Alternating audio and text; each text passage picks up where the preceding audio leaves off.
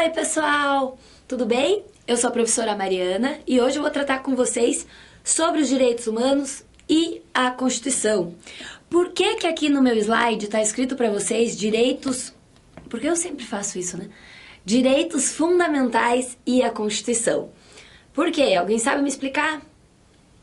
Então, vamos lá. Essa é a principal coisa que você tem que saber para a sua prova. Se você não souber isso, você não sabe nada de direitos humanos.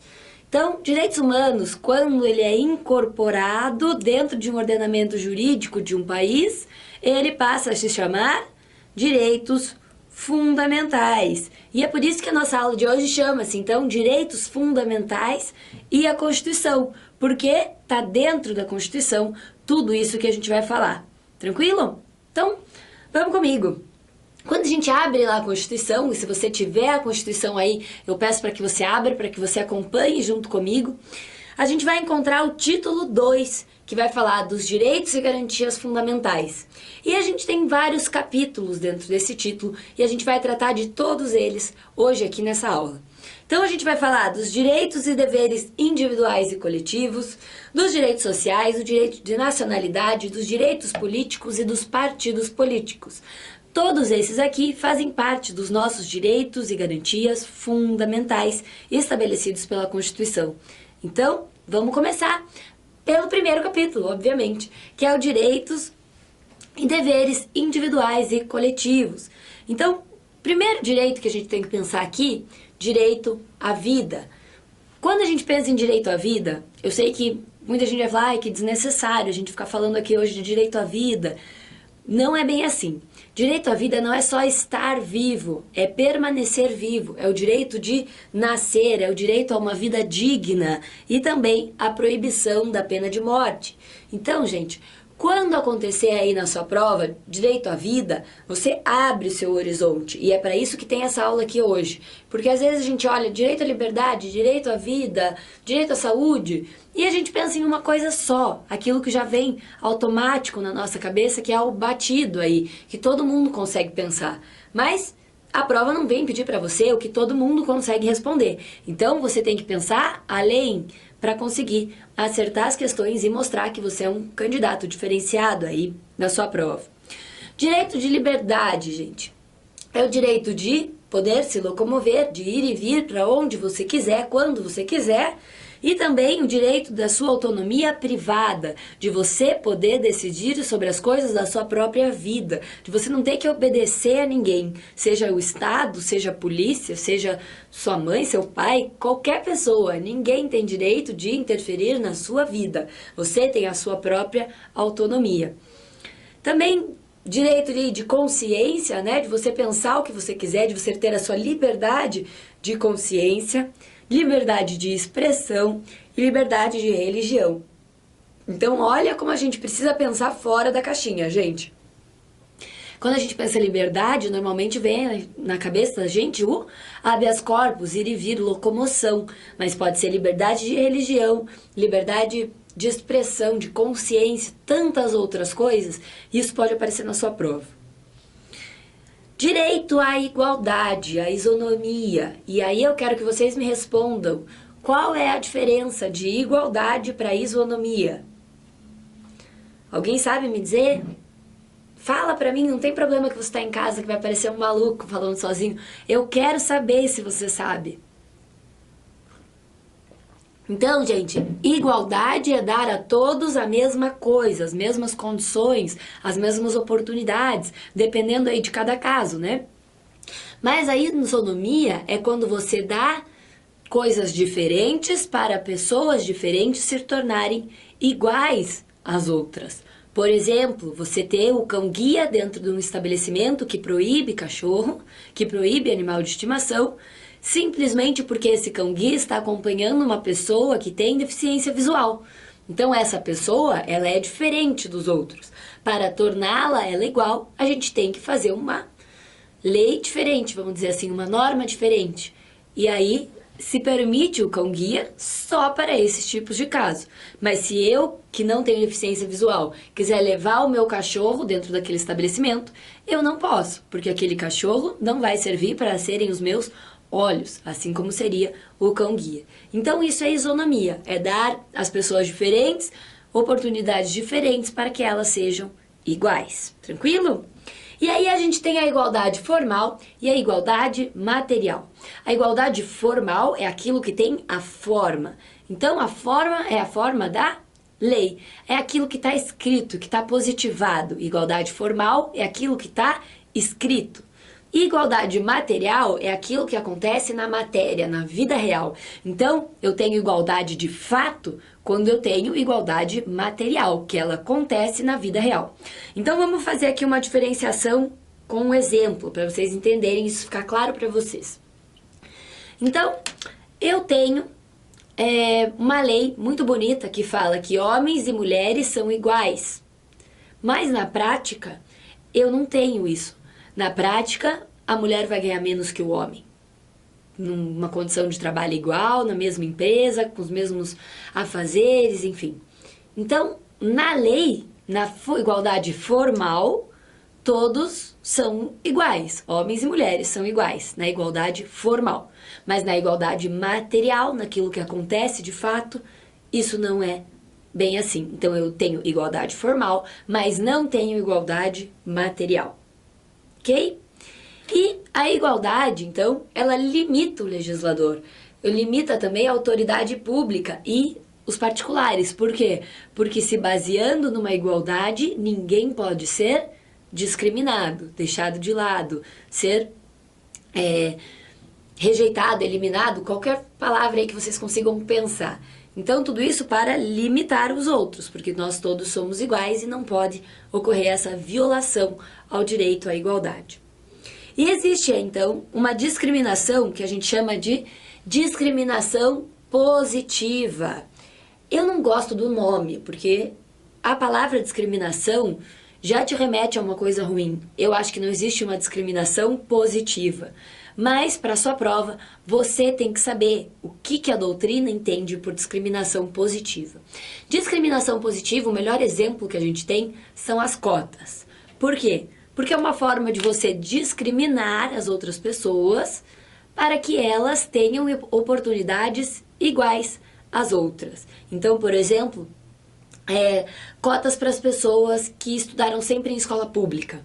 Então, essas pessoas não tiveram o melhor ensino, porque a gente sabe que dá muita diferença, pelo menos aqui no Brasil, do ensino de uma escola particular para uma escola pública. Então, às vezes os professores não são tão capacitados, às vezes os alunos não conseguem ter o mesmo entendimento, estudar em casa, assim como na escola particular, que os alunos às vezes têm mais oportunidade. Enfim, a gente não tem como taxar aqui alguma coisa generalizada, porque a gente sabe que cada caso é um caso. Mas no caso das cotas para as pessoas que estudaram em escolas públicas, essas cotas fazem com que essas pessoas que não tiveram as mesmas oportunidades daquelas que estudaram nas escolas particulares, que elas se mantenham em igualdade, porque é uma discriminação positiva. Então, dá-se àquelas pessoas outro tipo de coisas para que elas se igualem àquelas que sempre tiveram essas coisas, vamos dizer assim. Então, é uma discriminação positiva, para que uma coisa boa aconteça para essas pessoas, e elas são discriminadas justamente para estarem melhores de onde elas estão agora. Então, vamos continuar aqui ainda falando de direitos individuais e coletivos, do capítulo 1º do título 2º da nossa Constituição. O direito à segurança. O direito à segurança não é só aquele de eu poder andar na rua e nada me acontecer, de eu poder dormir na minha casa e não ser assaltado. O direito à segurança, então, é a segurança quanto à ordem pública. Então, vamos lembrar, ordem pública, a vida de você poder andar na rua e não ser assaltado, não ser, não ter sua integridade física violada, e também do seu patrimônio. Então, quando a gente falar em segurança, você tem que pensar que pode ser o patrimônio, pode ser a ordem e pode ser a vida. E o direito à propriedade, gente. A propriedade a gente sabe que é bem móvel ou bem imóvel. E a gente tem que lembrar o seguinte, a função social da propriedade. A função social da propriedade quer dizer o seguinte, de modo bem aberto falando, tá? Porque a gente sabe que esse é um tema que dá aí dissertações de mestrado, então não tem como eu esgotar o tema aqui com vocês. Mas, resumidamente falando, a função social da propriedade faz com que aquela propriedade tenha que ter uma relevância pública. Aquilo tem que existir por causa do interesse público. Então adianta uma pessoa ter um terreno enorme e não plantar, não produzir nada, não gerar emprego, não utilizar para morar, absolutamente nada. Ela só tem aquele terreno e nada acontece ali dentro. Enquanto ali em volta daquele terreno tem um monte de gente que precisava de trabalho, tem gente que passa fome, tem gente que não tem aonde morar. Então, esse espaço ali, ele tem que cumprir uma função social. Ele precisa ser útil para a sociedade de alguma forma e atender aos interesses sociais. Então, precisa que aquele local faça alguma coisa para ajudar essas pessoas, por exemplo, que eu dei, né, essa historinha aí para vocês. Então, a função social é isso. Toda a propriedade tem que ter uma utilidade que interesse à população, ok? E o direito de propriedade também pode estar ali atrelado ao direito da propriedade intelectual. E aí a gente tem o direito autoral. Então, obviamente que não é uma matéria que vai cair na sua prova, a não ser que seja um concurso muito específico, mas não cai essa parte da propriedade intelectual. Então, você tem que lembrar como propriedade se caiu o direito autoral, simplesmente por ser mais uma modalidade, não porque você tenha que estudar a fundo aí a propriedade intelectual. E aí a gente passa para os direitos sociais, gente. Vai acompanhando aí na Constituição comigo o seu capítulo 2º do título 2. E aí a gente fala de direito social, a gente vem o primeiro direito aqui, é a Seguridade Social, que está no artigo 194 da Constituição. Pega lá o artigo, faz a leitura e volta aqui comigo. Então, Seguridade Social são conjuntos de ações do Estado voltadas para garantir a saúde, a previdência e a assistência social. Anota esse conceito aí no seu caderno que pode ser que vá facilitar o seu entendimento. Então, quando a gente fala de Seguridade Social, é saúde, assistência social e previdência. E quando a gente fala de direito à saúde, então, direito à saúde, a gente tem que pensar que a gente tem que poder ter uma vida saudável, mas que a gente também tem que ter uma proteção para que, se acontecer alguma coisa com a gente tenha para onde se socorrer. Tenha hospital, tenha remédio, tenha leito, tenha aí recursos para que eu possa proteger a minha saúde. Também de um modo preventivo, por exemplo, as vacinas. Então, se eu tenho acesso a uma vacina no posto de saúde de modo gratuito, que o Estado está me fornecendo, ele está cumprindo com os direitos sociais, porque é uma forma de você prevenir a saúde da pessoa. E também pode ser essa parte de recuperação da saúde. Se em algum momento eu precisar de um tratamento, eu tenho que ter essa contrapartida aí do Estado. Então, quando a gente falar de direito à saúde, vamos lembrar de promoção, proteção e recuperação da saúde. E direito à assistência social, gente. Assistência social é exatamente como o nome diz, é ajudar as pessoas que precisam. Então, dá aquela assistência. Sabe aquelas... Eu não sei como é na cidade de vocês, mas aqui na minha cidade existe como se fosse uma vanzinha, uma combizinha, que pega as pessoas de rua para que elas possam ir até algum local, fazer alimentação, tomar banho. Pode ser até que ali dentro desse lugar elas encontrem alguma oportunidade de trabalho, enfim. Mas é uma assistência que essas pessoas têm para que elas não fiquem na rua sem nem poder tomar banho. Então, existe esse tipo de assistência social. Aí você consegue pensar em várias outras, eu tenho certeza, que acontecem aí na sua cidade.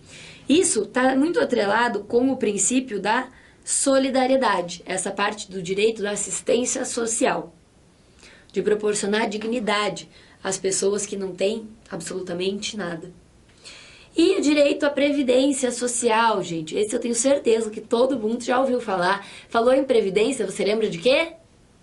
de aposentadoria. E é isso mesmo, mas a gente tem que lembrar que não é só a aposentadoria que está envolvida aí na Previdência. Então, a Previdência, ela assegura meios indispensáveis de subsistência. Pode ser que a pessoa tenha uma incapacidade, ou então e ela precise de um auxílio-doença. Pode ser que a pessoa seja aposentada mesmo por incapacidade laboral, por idade avançada, por tempo de serviço. Pode ser que a pessoa consiga um auxílio aí por estar desempregada, que é o auxílio-desemprego.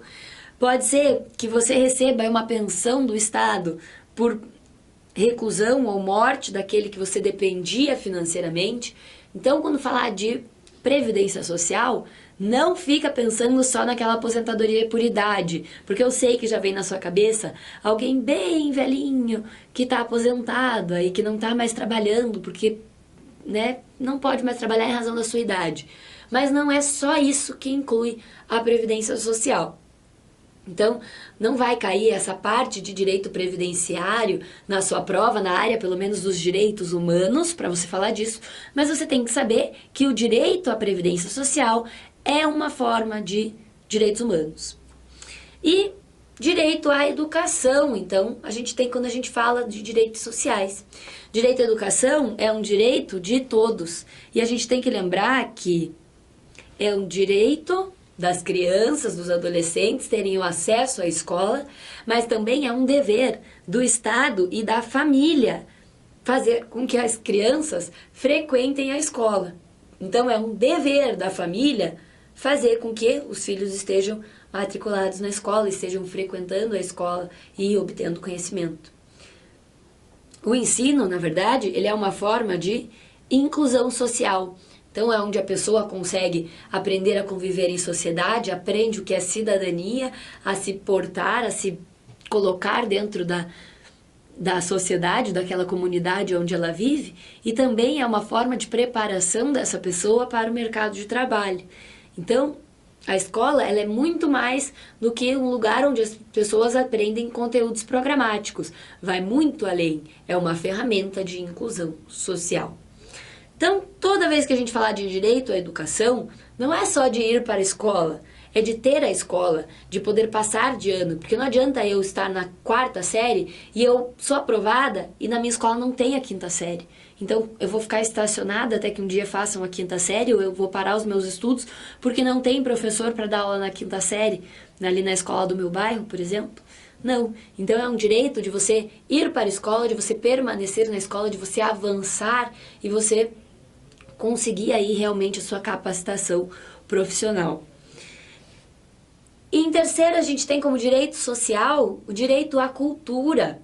Sim, gente, a gente não pode só pensar ali nessas coisinhas básicas, direito à vida, igualdade, liberdade, saúde, educação.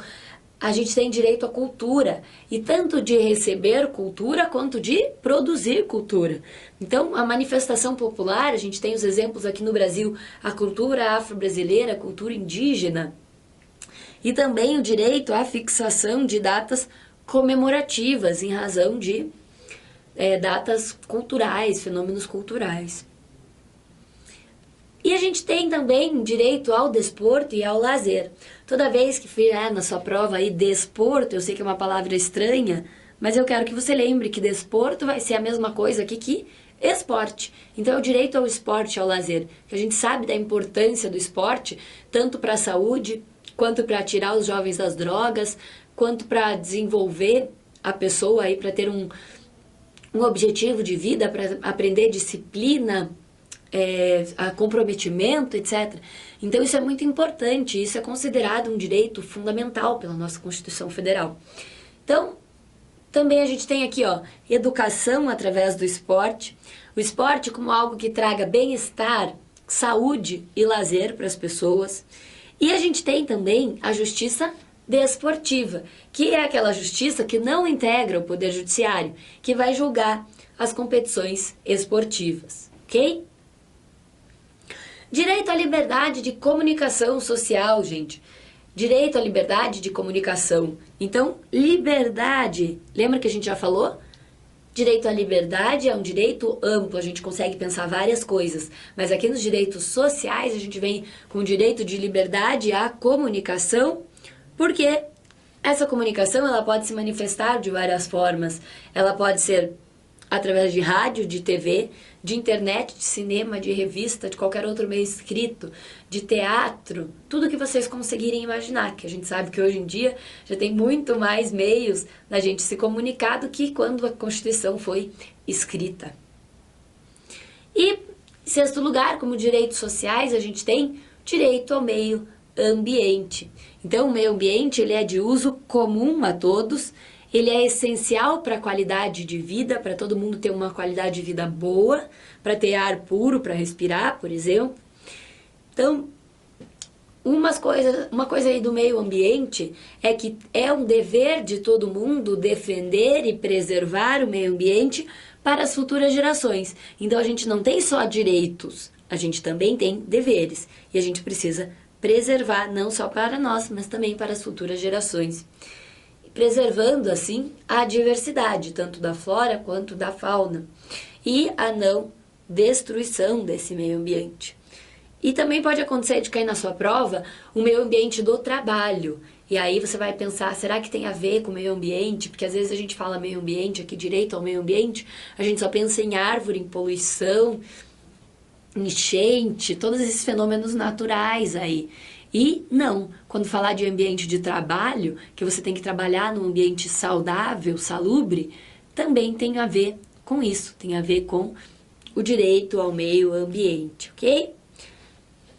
E direitos referentes à família, à criança, ao adolescente e ao portador de necessidades especiais e também ao idoso. Então, gente, tudo isso daqui, ó, se vocês forem vendo as outras aulas aqui do curso, vocês vão ver que decorrem de tratados internacionais que o Brasil faz parte. Então, é uma forma de você proteger os vulneráveis aqui, que é a família, a criança, o adolescente, o portador de necessidade especial e o idoso. Então, quando a gente falar de família, é todo tipo de família. Não importa se é mãe solteira, se é pai solteiro, se é união homoafetiva. Todos os tipos de família são inclusos aí como o direito da família. A criança, gente, a criança, ela tem que ter o acesso à educação. A criança não comete crime, ela comete ato infracional. Portanto, a criança não vai poder ser presa, então ela tem que seguir ali as penalidades impostas pelas referências do ato infracional, mesmo do ECA, né, do Estatuto da Criança e do Adolescente. E a criança também não pode trabalhar, ela só pode ter um trabalho como aprendiz a partir dos 14 anos. E possuem as empresas aí um incentivo fiscal e jurídico para quem acolher as crianças abandonadas, órfãos, e também para quem punir, erradicar a violência e a exploração infantil. Quantas pessoas com necessidades especiais, gente? Elas precisam ter um atendimento especializado dentro da área da saúde, precisam estar incluídas na sociedade. Então, adianta ter escola linda, maravilhosa, em todos os bairros daquela cidade, se não tem o acesso, a acessibilidade para um cadeirante chegar de cadeira de rodas, não adianta nada. Então, precisa haver aí essa inclusão social, tanto na escola quanto no trabalho, precisa haver essa facilitação do acesso dessas pessoas. E aí, quando a gente fala em acesso, a gente tem que lembrar que é prédio, que é transporte coletivo, que é calçada, é uma gama enorme de coisas que a gente tem que parar para pensar, de que será que uma pessoa com deficiência visual teria o mesmo acesso que eu tenho, um cadeirante, ou qualquer outra pessoa com necessidade especial?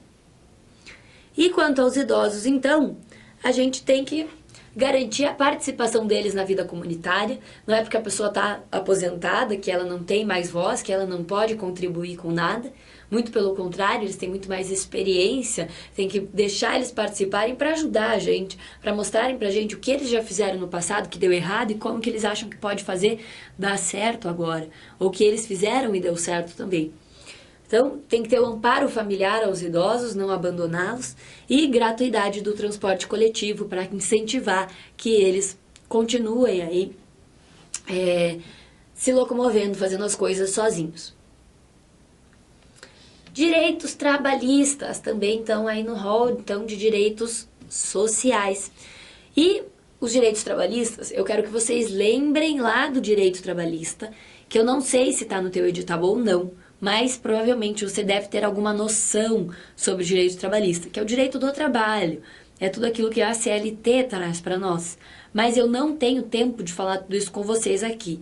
Então, eu trouxe aqui alguns conceitos: trabalhador urbano, trabalhador rural, trabalhador doméstico, liberdade sindical, direito de greve, para que vocês consigam, então, vislumbrar um pouquinho em casa, faz a leitura, e se cair direitos trabalhistas na sua prova, com certeza você vai ter que falar sobre isso, mas não vai cair nada específico sobre direito do trabalho na parte de direitos humanos. Então não sou eu que vou tratar disso com vocês.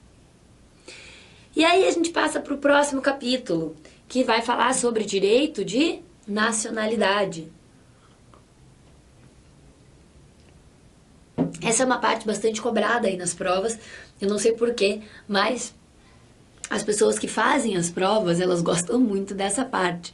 É bastante delicada, porque tem muito detalhe, mas nada que você precise se apavorar e precise pensar, ai meu Deus, eu nunca vou decorar, eu não vou saber. É tranquilo, gente, só que precisa fazer um esforcinho. Anota aí num post-it, cola numa parede que você vai ver, cola no banheiro, na sua escrivaninha, na hora que você for olhar o seu despertador, o lugar ali onde você olhe com facilidade. E tenta fazer uma leitura ali constante, pelo menos uma vez por semana, uma vez por mês, não sei quanto tempo falta aí para sua prova, mas para que aquilo vá grudando no seu subconsciente. E aí, direito de nacionalidade, a gente tem que pensar o quê? Primeiro, o que é nacionalidade? É um vínculo jurídico, político, que une o indivíduo ao Estado. Então, a gente só é unido ao Estado, a gente é natural do Brasil, aqui, por exemplo, porque a gente tem um vínculo jurídico com esse país. Opa, apertei aqui sem querer. E aí a gente pode ter nacionalidade primária e nacionalidade secundária. A nacionalidade primária é aquela adquirida com o nascimento. E a naturalidade secundária é aquela adquirida aí ao longo do tempo por vontade do indivíduo e consentimento daquele outro estado. Então é a naturalização. Então, se cair na sua prova o seguinte, a nacionalidade secundária é a mesma coisa do que naturalização? Verdadeiro, ok? E quem que é o estrangeiro, então, para nós, falando aqui de direito de nacionalidade? O estrangeiro é aquele que é vinculado ao país estrangeiro, a outro país que não seja aquele seu, aquele onde ele está. O apátrida é aquele que não tem vínculo jurídico-político com país nenhum. Então, ele pode ter perdido a nacionalidade ou ele nasceu sem nacionalidade, ok? Se vocês quiserem ver um pouquinho mais sobre isso, até a título de curiosidade, eu gosto muito desse assunto, pessoalmente falando, eu coloquei no meu Facebook, que eu deixo no final aqui para vocês, um vídeo de uma apátrida que participou de uma entrevista num programa de televisão. E aí ela conta que o pai dela era de um país, a mãe dela era de outro país e esses países estavam em guerra. Então essa menina não podia ser registrada em nenhum dos dois. E ela ficou sem nacionalidade. E aí depois de um tempo ela veio para o Brasil e etc. Então eu não vou contar tudo para vocês, mas se vocês tiverem essa curiosidade, ver como que é realmente na prática falando sobre isso, que existem realmente pessoas apátridas, porque a gente às vezes nem consegue imaginar, parece que é só um conceito que o direito traz e que ninguém é apátrida, né? Mas existem pessoas assim mesmo. Então, vejam como é importante até a gente assistir essas coisas, né? Pra gente ter um pouquinho mais de conhecimento e um pouco mais de empatia por essas pessoas que às vezes podem estar aqui convivendo conosco. E o polipátrida, gente? O polipátrida é aquele que tem mais de uma nacionalidade. Enquanto a apátrida não tem nada, o polipátrida tem mais de uma. E o cidadão é aquele que goza de direitos civis e políticos, que vai ser aquele que a gente chama do eleitor. E a gente precisa fazer uma diferenciação aqui entre cidadão e cidadania. Então eu vou ler aqui para vocês, que não tem como fugir, mas anota no seu caderno, ok? Então vamos lá. Cidadão é aquele indivíduo no gozo dos direitos civis e políticos de um Estado, no desempenho de seus deveres para com esse Estado. Então, você, quanto cidadão, não tem só direitos, você também tem deveres para com esse Estado. E a cidadania, gente?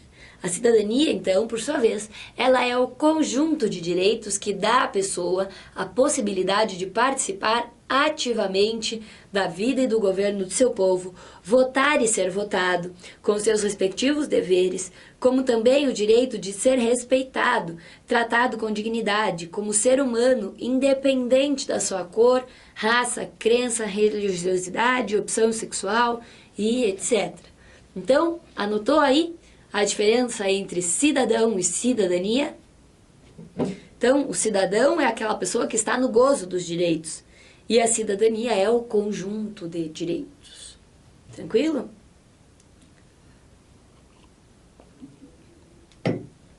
Vamos aí para a nacionalidade no Brasil. Então, aqui no Brasil, para a gente ser brasileiro, a gente tem dois critérios. O critério do ius soli e do ius loci. Então, a gente começa pelo ius loci aqui, que o loci... Opa, desculpa, eu falei errado. Eu falei a mesma coisa. Então, são dois critérios distintos. Um é o ius loci ou ius soli, ou então é o ius sanguinis, ok? Me perdoe. Então, vamos começar aqui pelo primeiro, que é o ius soli ou ius loci, que vai falar do local onde a pessoa nasceu. Então, considera-se nacional de um lugar aquela pessoa que nasceu naquele lugar.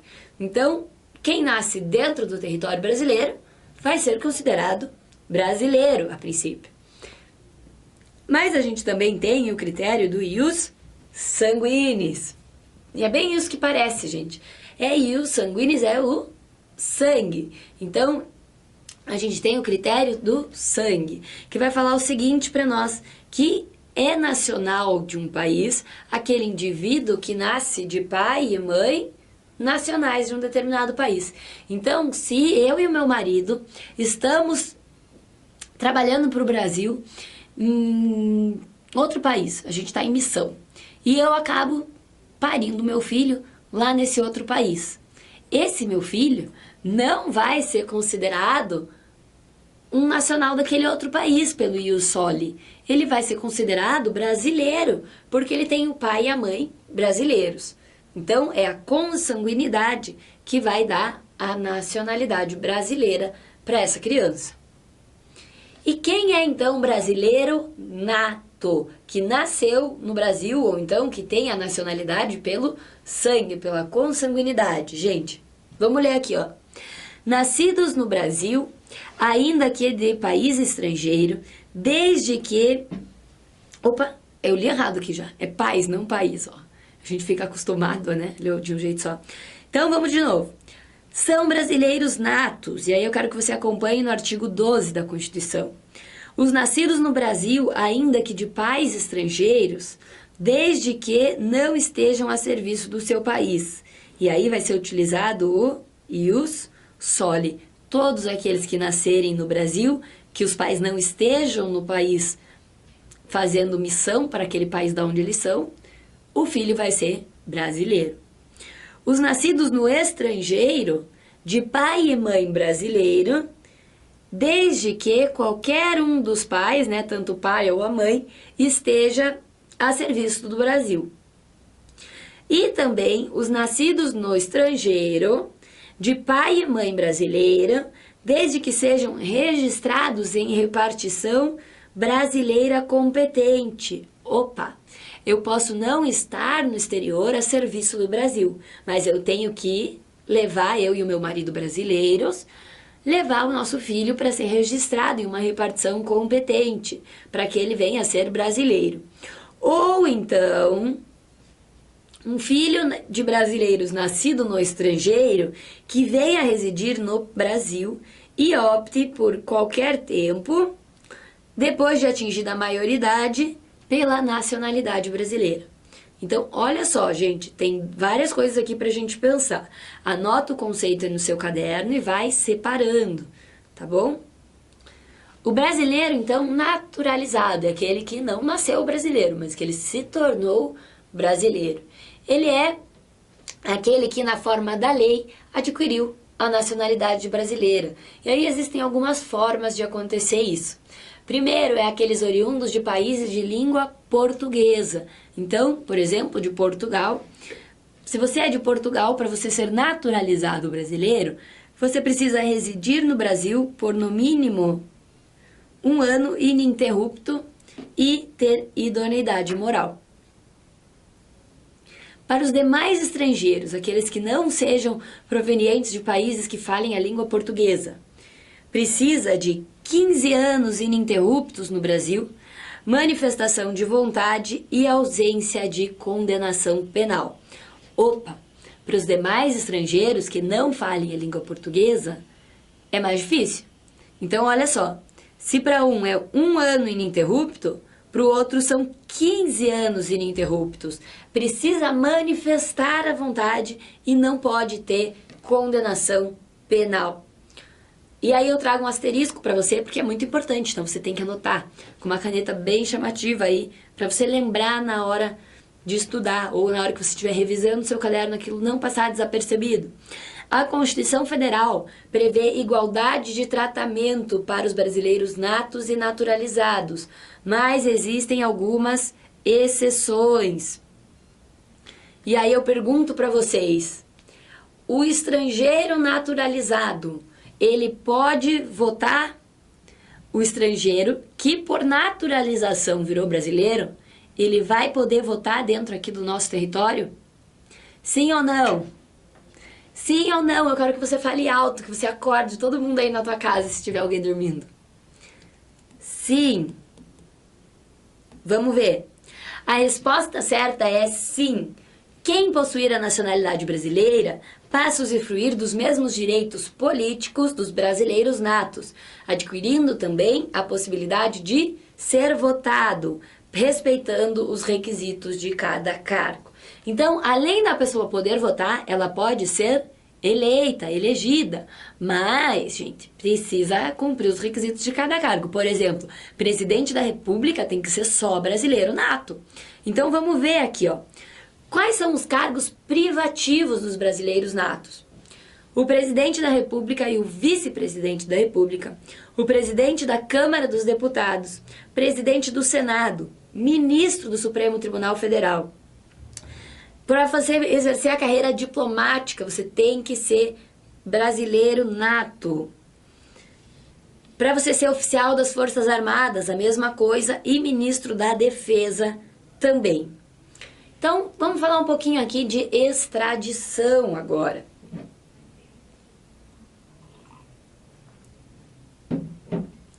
A extradição é a remoção de um indivíduo de um estado para outro. Então, um estado vai pedir para que o outro estado devolva aquela pessoa. Então, pode ser extraditado todos os estrangeiros e brasileiros naturalizados. Eu disse brasileiro naturalizado, com comprovado envolvimento em tráfico de drogas e entorpecentes ou crime comum. Então, anota no seu caderno. Pode ser extraditado estrangeiro, brasileiro naturalizado, e aí você abre ali um colchete e coloca que esteja envolvido em tráfico de drogas ou crime comum. Tranquilo? E aí, eu quero que vocês anotem 2 coisas com a caneta lá chamativa. Brasileiro nato não pode ser extraditado. Brasileiro nato não pode ser extraditado. E no caso dos brasileiros naturalizados que cometeram o crime comum, esse crime tem que ter ocorrido antes da naturalização, para ele poder ser extraditado. Tranquilo? Isso aqui é bastante objeto de prova. Então, eu, se fosse você, anotava aí no seu caderno e tentava memorizar da melhor maneira que você conseguir. E aí eu quero saber o seguinte: o brasileiro, ele pode perder a nacionalidade? Pode, por naturalização. Então, existem alguns casos que não acontece a perda da nacionalidade, mas pode acontecer sim. Então, se tiver na tua prova o brasileiro pode perder a nacionalidade? Pode, tá? Então, às vezes a gente pensa tanta coisa na hora que tá ali fazendo a prova e aí vai marcar que isso tá errado, porque a gente sabe quando que ele perde, mas se tiver só ele pode perder a nacionalidade. E aí, então, a gente pode perder a nacionalidade brasileira por uma naturalização. Quando tiver sido também, cancelada a naturalização por sentença judicial, ou no caso de prática de ato nocivo ao país ou aquisição de outra nacionalidade. Então, peraí, vamos por partes. No meu exemplo aqui, o brasileiro que vai perder a nacionalidade, ele vai perder por outra nacionalidade, ok? Porque ele adquiriu outra nacionalidade e aquele país da onde ele adquiriu essa outra nacionalidade não reconhece a nacionalidade brasileira. Então ele deixa de ser brasileiro para ser de outra nacionalidade, porque ele vai ser naturalizado. Mas também aquelas pessoas que são naturalizadas brasileiras, elas podem perder essa nacionalidade brasileira por cancelamento da naturalização por sentença judicial, ou então quando elas praticarem ato nocivo ao país, praticar esse crime. E o brasileiro, ele não vai perder a nacionalidade dele quando ele se naturalizar de outro país, quando? Então, não acarreta a perda da nacionalidade brasileira. Quando? O outro lugar reconheça a nacionalidade originária. Então, anota no seu caderno. Reconhecimento de nacionalidade originária por lei estrangeira. E, em segundo lugar, a imposição da naturalização por lei estrangeira ao brasileiro que reside no estrangeiro como condição de permanência para em seu território ou para exercício dos direitos civis. Aqui, então, não há o que se falar em ato de vontade do brasileiro, mas de imposição invencível. E aqui a gente pensa bem claramente em qual país?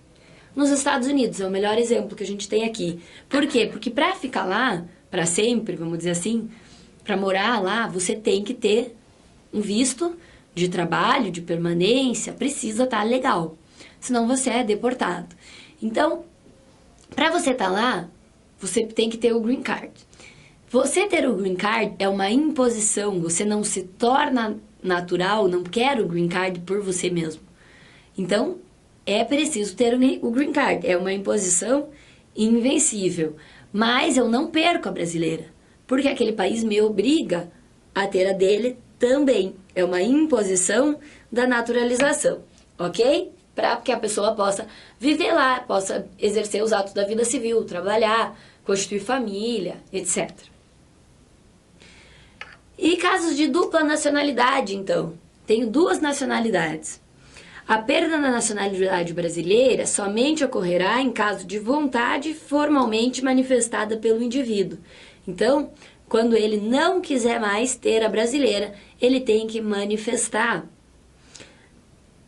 Em suma, aqui, ao tornar-se cidadão estrangeiro por processo de naturalização, o brasileiro não perde automaticamente a cidadania brasileira, mas sim passa a ter dupla cidadania, quando aquela lei daquele país reconhecer a nacionalidade brasileira também.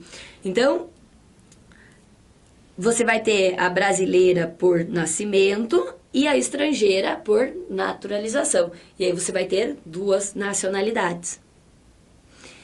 E aí a gente vai para um outro capítulo ali da Constituição. Lembra que eu falei com vocês que a gente ia falar do título 2, todos aqueles capítulos que estão ali. E aí a gente passa, então, do direito de nacionalidade para o direito político. O que então é um direito político? São prerrogativas inerentes à participação popular no poder. E aí você tem que lembrar daquela frase famosa, né? Todo poder emana do povo. E a gente tem direitos políticos positivos e negativos. Então, o direito político positivo é o sufrágio, ativo e passivo. É votar e poder ser votado. mas essa integração com os sistemas eleitorais e também o devido processo legal. Mas a gente tem, em contrapartida, os direitos políticos, negativos. E caiu minha caneta aqui, peraí. Pronto, desculpa. Então, os direitos políticos negativos vão ser aí a perda e a suspensão desses direitos, também a inelegibilidade. Vamos ver isso daí com calma, o que é cada uma das coisas. Condições de elegibilidade. E se eu errar essa palavra, você, por favor, não fica rindo da minha cara, porque se você falar várias vezes essa palavra é que nem um trava-língua, gente. Então, me ajudem aqui, vamos lá. Abre o seu artigo 14, parágrafo 3º da Constituição e faz a leitura. Volta aqui comigo. Para você ser eleito, você precisa ter nacionalidade brasileira, pleno exercício dos direitos políticos, alistamento eleitoral, filiação partidária, domicílio eleitoral na circunscrição, idade mínima para certos cargos. Então, você tem que ter 35 anos para ser presidente, vice-presidente, senador. E aí você vem aqui para mim no primeiro e diz assim: por que condição de elegibilidade tem que ser nacionalidade brasileira? E se eu não sou nacional brasileiro, se eu não nasci brasileiro, eu sou naturalizado brasileiro? Ora bolas. Não é porque você não tem ali a palavra naturalização que você não tem a nacionalidade. Se você é naturalizado, você tem a nacionalidade brasileira também. E a gente sabe que os naturalizados podem votar e podem ser votados, mas não para todos os cargos, que a gente já viu ali. Tranquilo? Não deixa o examinador te pegar. Inelegibilidade, gente, quando não pode ser eleito. Ausência de capacidade para se candidatar. E essa ausência de capacidade pode ser absoluta, que vai impedir a eleição, que vai ser aquelas pessoas inalistáveis, que vão ser os estrangeiros e os conscritos, que estão no serviço militar, e os analfabetos. A inelegibilidade relativa, então, ela pode ser funcional por motivo de reeleição, ou seja, eu sou prefeito de um lugar, eu já fui reeleita, e aí eu não posso me reeleger para sempre, então eu só posso ter uma reeleição. Depois que passar essa reeleição, eu não posso mais ser eleita por um determinado tempo, porque eu vou estar inelegível relativamente. Pode ser também por motivo de desincompatibilização. Então, se eu sou prefeito e quero me candidatar a governador, eu tenho que largar o meu cargo de prefeito 6 meses antes de me eleger, porque são funções incompatíveis. Pode ser, então, uma inelegibilidade reflexa por casamento, parentesco ou afinidade. A gente sabe que não pode, então, o governador ser casado com a prefeita. Não pode o presidente da república ser casado com um governador e por aí vai.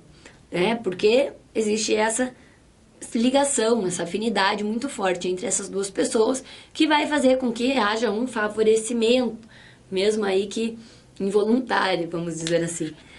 E também inelegibilidade relativa dos militares com menos de 10 anos de serviço ou então com 10 anos por inatividade, ok?